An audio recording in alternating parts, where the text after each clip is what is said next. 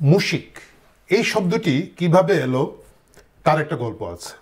গল্পটা হচ্ছে, একবার একটা বিশাল পর্বত পর্বত আপনারা জানেন পাহাড়ের চেয়ে অনেক বড়, একেবারে আকাশ পর্যন্ত উঠে যায়।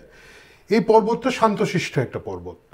সেই পর্বতের একটা জায়গায় হঠাৎ করে দেখা গেল মাটি উঁচু হচ্ছে, মাটি নাড়াচড়া করে মাঝে মাঝে এবং মাটি উঁচু হয়। আশেপাশের লোকজন খুব আগ্রহ নিয়ে ভাবলো যে পর্বতের এখান থেকে মাটি উঁচু হচ্ছে মানে হয়তো পর্বতের বাচ্চা হচ্ছে। তো পর্বতের বাচ্চা হচ্ছে এই আগ্রহ নিয়ে লোকজন এখানে এলাকাবাসী প্রতিদিন আসে, দেখে যে কতটুকু বড় হচ্ছে, বাচ্চা বড় হবে কিনা না। এবং একটা সময় একদিন দেখা গেল বেশ মাটি নাড়াচাড়া করছে, একটু ঢিবির মতো উঁচু হচ্ছে। সবাই খুব কৌতূহল আগ্রহ নিয়ে দাঁড়িয়ে আছে যে এইবার বোধহয় পর্বতের পেট থেকে বাচ্চা বের হবে। ভালো কথা, সবাই খুব মনোযোগ দিয়ে দেখছে। হঠাৎ করে দেখা গেল মাটি ফুঁড়ে ফুঁড়ে আসলে একটা ইঁদুর বেরিয়েছে। ও, এটা তাহলে ইঁদুরের ঢিবি ছিল। লোকজন খুব হতাশ, খুবই কষ্ট পেল এবং লজ্জাও পেল যে এই কয়দিন ধরে আমরা এত আগ্রহ উৎসাহ নিয়ে ছিলাম, বন্ধু বান্ধবদেরকে বলেছে আমাদের পর্বতের একটা বাচ্চা হচ্ছে, এটা কি দাঁড়ালো। তখন সেখানকার একজন জ্ঞানী ব্যক্তি বলল যে কেউ যদি জিজ্ঞেস করে ইন্দুর বের হয়েছে বলবা না, বলবা মুশিক বেরিয়েছে। বলে মুশিক, এটা তো ইঁদুরের সাথে কোনো সম্পর্কই নাই শব্দটা। বলে হ্যাঁ, আমাদেরকে এমনভাবে ফুলিয়ে ফাঁপিয়ে জার্গন তৈরি করে একটা শব্দ বলতে হবে, লোকজন মনে করবে না জানি কি। সেই থেকে বাংলা বাগধারায় পর্বতের মুশিক প্রসব কথাটি এলো। কথাটি মনে পড়লো বছরের শেষ দিন 31 ডিসেম্বর, নাও অর নেভার বলে যে মার্চ ফর ইউনিটি, প্রক্লামেশন ইত্যাদি ইত্যাদি অনেকগুলো শব্দের জার্গন, সেই জার্গনের সাথে মুশিক শব্দটার একটা মিল পাইলাম বলেই আজকে এই গল্পটা বললাম। প্রিয় দর্শক, আমি আপনাদেরকে কথা দিয়েছিলাম যে শহীদ মিনারে বৈষম্য বিরোধী ছাত্র আন্দোলন এবং জানাক জাতীয় নাগরিক কমিটির সমাবেশের পরপরই আমরা আবার ইউটিউবে আসবো এবং সেই কথাগুলো নিয়ে বিশ্লেষণ করব। কিন্তু গতকালকে আমাকে এমনভাবে হতাশ করেছে যে আমি আর রাতে এটা নিয়ে কথা বলারই কোনো আগ্রহ পাইনি। যাই হোক, যেহেতু আপনাদের সাথে কথা দিয়েছিলাম তাই আজকে সকালে আবার আপনাদের সাথে বসলাম বিষয়টা নিয়ে কথা বলতে। জনসমাবেশের অবস্থাটা এতই খারাপ ছিল, এতই কম লোকজন হয়েছে, সেটা এমনকি মানে চেপে রাখা যাচ্ছে না। চেপে রাখা যাচ্ছে না অবস্থায় আমি আপনাদেরকে বলি, যেমন প্রথম আলো তারা অনেক চেষ্টা করেছে এটাকে অনেক বড় বলতে, অনেক ফুলিয়ে পাপিয়ে একটা লেখা লিখেছে। আমরা যখন মেট্রো রেল থেকে নামলাম সাথে সাথে দেখলাম মিছিল টিছিল। তো একটা সময় হয় কি, নিজের বিবেকের কাছেই বোধহয় একটু ধরা পড়ে যায় বা লেখার ফাঁকে ধরা পড়ে যায়। প্রথম আলো বলছে অনেকে 3 আগস্টের এক দফা ঘোষণার জমায়েতের সঙ্গে এই জমায়েতের তুলনা করতে চাইবেন নিঃসন্দেহে। সেই বিবেচনায় জমায়েত কমই হবে, মানে একেবারে কম বলতে চাচ্ছে না ওরা। তারপরে বাধ্য হয়ে বলছে কয়েক গুণ কমই বলতে হবে। ঢাকা শহরের মধ্যবিত্ত নাগরিক সমাজ অভিভাবকেরা সেদিন যেভাবে নেমে এসেছিলেন আজ তাদের তেমন একটা দেখা গেল না। তো কেন ভাই, 3 আগস্টের সমাবেশের তুলনায় এই সমাবেশ তো আরো অনেক বড় হওয়ার কথা ছিল। কারণ 3 আগস্টে চারিদিকে পুলিশের নির্যাতন ছিল, লোকজন চলাফেরা করতে পারছিল না, খুব সম্ভবত কারফিউ ছিল ওই দিন। এবং ঢাকার বাইরে থেকে তো লোকজন আসার প্রশ্নই ওঠে না, ঢাকার ভিতরে কিন্তু যাতায়াত অনেক কম ছিল, তারপরে অনেক লোক হয়েছিল।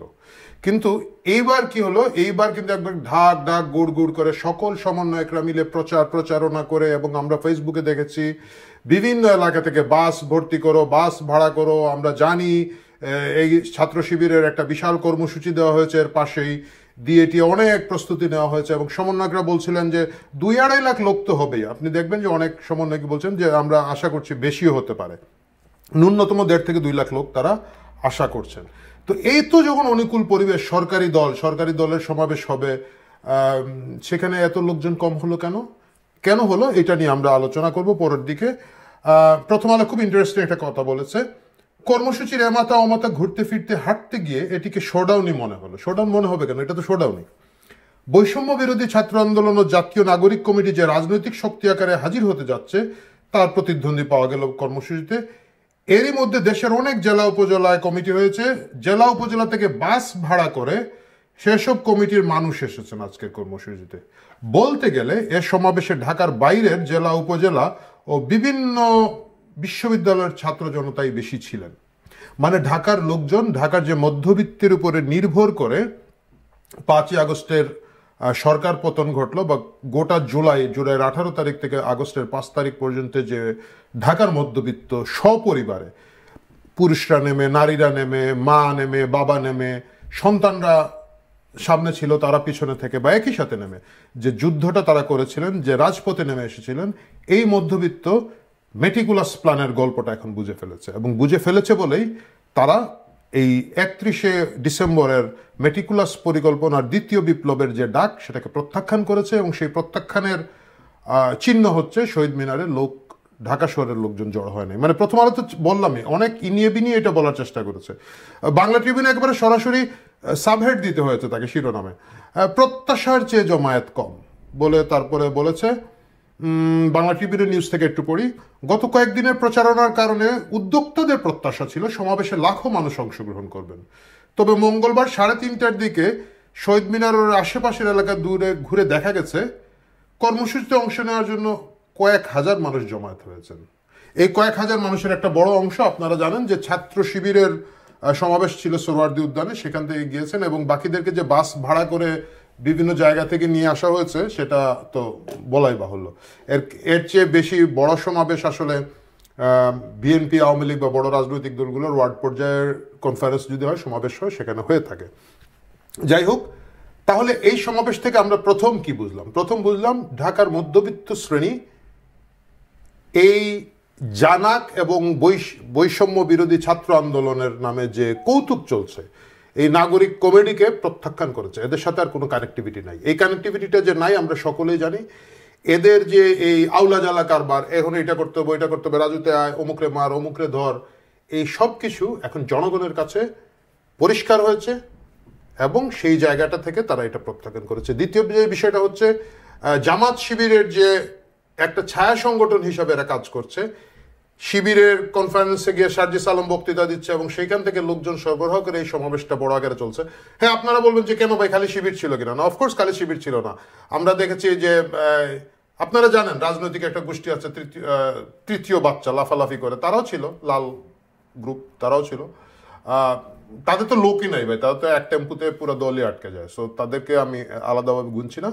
যাই হোক, মূল কথার মধ্যে আসি। নাম্বার 1 সিগন্যালটা হচ্ছে কি, জনগণের সাথে যে সম্পৃক্ততা নাই, গোটা বাংলাদেশের সবাই মিলে এনে শহীদ মিনারের মতো একটা ছোট চত্বরে কয়েক হাজার লোক সমাবেশ করা, এইটাই হচ্ছে বর্তমান রাজনীতির বাস্তবতা।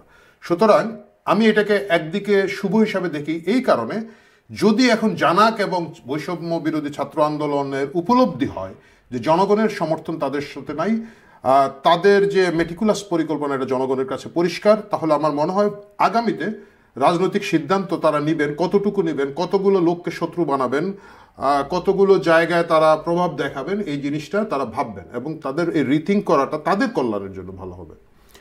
নাম্বার 2 হয়েছে, আপনারা দেখেছেন, যদিও এটা ছিল আসলে মার্চ ফর ইউনিটি, মানে ঐক্যের জন্য চেষ্টা করা, কিন্তু তারা সুস্পষ্টভাবে প্রচুর ব্যানার ফেস্টুন তারা লাগিয়েছেন বিএনপিকে আঘাত করার জন্য। তারা মির্জা ফখরুল এবং ওবায়দুল কাদেরকে গালাগালি করে প্রকাশ্যে দিয়েছেন। ছাত্রদলের সভাপতির বয়স নিয়ে তাদের ওইখানের মধ্যে ব্যানার টাঙ্গানো আছে। এবং কেন এরা ভোট করে, ভোট ছাড়া গণতন্ত্র তারা চান। আমি জানি না ভোট ছাড়া কি গণতন্ত্র চান, ভোট ছাড়া গণতন্ত্র কিভাবে হয়। মানে এটা হচ্ছে বিএনপিকে ইঙ্গিত দিয়ে, যেহেতু বিএনপি নির্বাচনের একটা টাইমলাইন জানতে চাচ্ছে, তাদের প্রস্তুতির প্রশ্নটা এসেছে, এই জায়গাগুলোতে তারা সরাসরি বিএনপিকে আঘাত করে এই প্ল্যাকার্ড ফেস্টুনগুলো দেখিয়েছে। তো ইউনিটির নাম দিয়ে তারা ইউনিটি ভাঙছে। তারা এখন গত 17 বছরে বিএনপির আন্দোলন সংগ্রামের যে ভূমিকা, এটাকে অস্বীকার করতে চাচ্ছেন, জাতীয়তাবাদী ছাত্রদলকে সরাসরি আঘাত করার একটা চেষ্টা করছেন এবং এই সুকৌশলে করার জন্য এই শোডাউনটা দেওয়া হয়েছে এবং এটা খুব স্বাভাবিক। আমরা জানি জামাতের সাথে বিএনপির একটা টানাপোড়েন চলছে, সুতরাং জামাতের বি টিম হিসাবে, সেকেন্ডারি টিম হিসাবে তারা জামাতের পক্ষ থেকে এই পারপাসটা সার্ভ করছেন। এটাও ইউনিটিকে একটা ক্ষতিগ্রস্ত করবে এবং আগামীতে এইটা বাংলাদেশের রাজনীতিতে বিভিন্ন সিদ্ধান্ত নেওয়ার ক্ষেত্রে অনেকগুলো স্টেক হোল্ডারের জন্ম দেবে। বিএনপি যখন কর্নার্ড হবে, অবশ্যই বিএনপি উইল ফাইট ব্যাক, তারা তাদের মতো করে রাজনীতিটা করার চেষ্টা করবেন। তো এছাড়া এখান থেকে আসলে কোনো উল্লেখযোগ্য অর্জন এদের নাই। আমি দেখেছি ফেসবুকে আমার কিছু বন্ধুবান্ধব আছেন যারা খুব অন্ধভাবে স্নেহ করেন এই গ্রুপগুলোকে, আশা করেন নতুন রাজনীতি হবে। তারা চেষ্টা করছেন এটাকে একটু তেল গোশ দিয়ে তৈরি করে একটু মাখামাখা করতে। ওরা বলছেন যে স্ট্র্যাটেজিক্যাল বিজয় হয়েছে। কিভাবে স্ট্র্যাটেজিক্যাল বিজয় হয়েছে? যে সরকার এই ঘোষণা দিতে চায় নাই, এখন এইটার মাধ্যমে সরকারকে বাধ্য করা হয়েছে, সরকার এটা দিবে, 15ই জানুয়ারির ভিতরেই দিবে, এবং এইটা হচ্ছে গিয়ে বৈষম্য বিরোধী ছাত্র আন্দোলনের স্ট্র্যাটেজিক্যাল বিজয়। মূল ঘটনাটা হচ্ছে যখন আসল বিজয় না হয় তখন এগুলাকে বলে সান্ত্বনা বিজয়, দুধভাত বিজয়, এবং বিভিন্নভাবে একটা ধামাচাপা দেওয়ার চেষ্টা করা হয়, এটা হচ্ছে স্ট্র্যাটেজিক্যাল বিজয়। তো সেই স্ট্র্যাটেজিক্যাল বিজয় যদি বলে তো আওয়ামী লীগ আরও বড় আকারে স্ট্র্যাটেজিক্যাল বিজয় দাবি করতে পারে। ওরা বলবে যে আমাদের স্ট্র্যাটেজিক্যাল বিজয় হয়েছে, আমরা এখন দেখিয়ে দিতে পেরেছি, আমরা বলেছিলাম যে এটার পিছনে রাজাকাররা আছে, রাজাকার গোষ্ঠী আন্দোলনকে প্ল্যান প্রোগ্রাম করছে, এই যে আমাদের স্ট্র্যাটেজিক্যাল বিজয় হচ্ছে, জনগণের চোখ খুলে গিয়েছে, জনগণ বুঝতে পারছে। এই যে যতই তারা আগে আন্দোলন শুরু করুক যে বঙ্গবন্ধুর বাংলায় বৈষম্যের ঠাঁই নাই বলে বলে, ছাত্রলীগের অভ্যন্তরে থাকা ঘাপটি মারা শিবিরের লোকজন যারা এখনো গিয়ে শিবিরের সাথী বা সদস্য সম্মেলন কুচো একটাতে বক্তৃতা দিয়ে বেড়াচ্ছে, তাদের এই আন্দোলন ছিল, তাদের গুছানো আন্দোলন ছিল, এটাই প্রকাশ হয়ে গেছে। সুতরাং আওয়ামী লীগ বলতে পারে যে এটা তাদের একটা স্ট্র্যাটেজিক্যাল বিজয় হয়েছে। রাজনীতিতে মূল বিজয় না হলে আসলে এসব স্ট্র্যাটেজিক বিজয়ের কোনো লাভ নাই। প্রিয় দর্শক, আমি আসলে এই প্রসঙ্গে, এই 31 তারিখের প্রসঙ্গে আর কথা বলার মতো কোনো টপিকই পাচ্ছে না। এটা এতই গুরুত্বহীন একটা ইভেন্ট হয়েছে। এটার একমাত্র গুরুত্ব হচ্ছে যে এদের যে গুরুত্ব নাই এটাই প্রমাণ করতে পেরেছে এটা দিয়ে। এর বেশি কিছু বলার নাই। নববর্ষের প্রথম দিন, ভালো থাকুন, সুস্থ থাকুন। আশা করি 2025 সাল আমাদের জন্য ভালো যাবে, এই দেশের জন্য ভালো যাবে, দেশের কল্যাণ হবে, এবং দেশ এইসব কমেডি থেকে মুক্ত পাবে। মুক্তি পেয়ে আমরা একটা গণতান্ত্রিক নির্বাচনের দিকে যাব, গণতন্ত্রের দিকে যাব, অথবা একটা শান্তি শৃঙ্খলাময় দেশের দিকে যাব, আমি যদি বড় দাগে বলি। সেই প্রত্যাশা রাখছি। শুভ নববর্ষ। এই পর্ব এখানেই শেষ।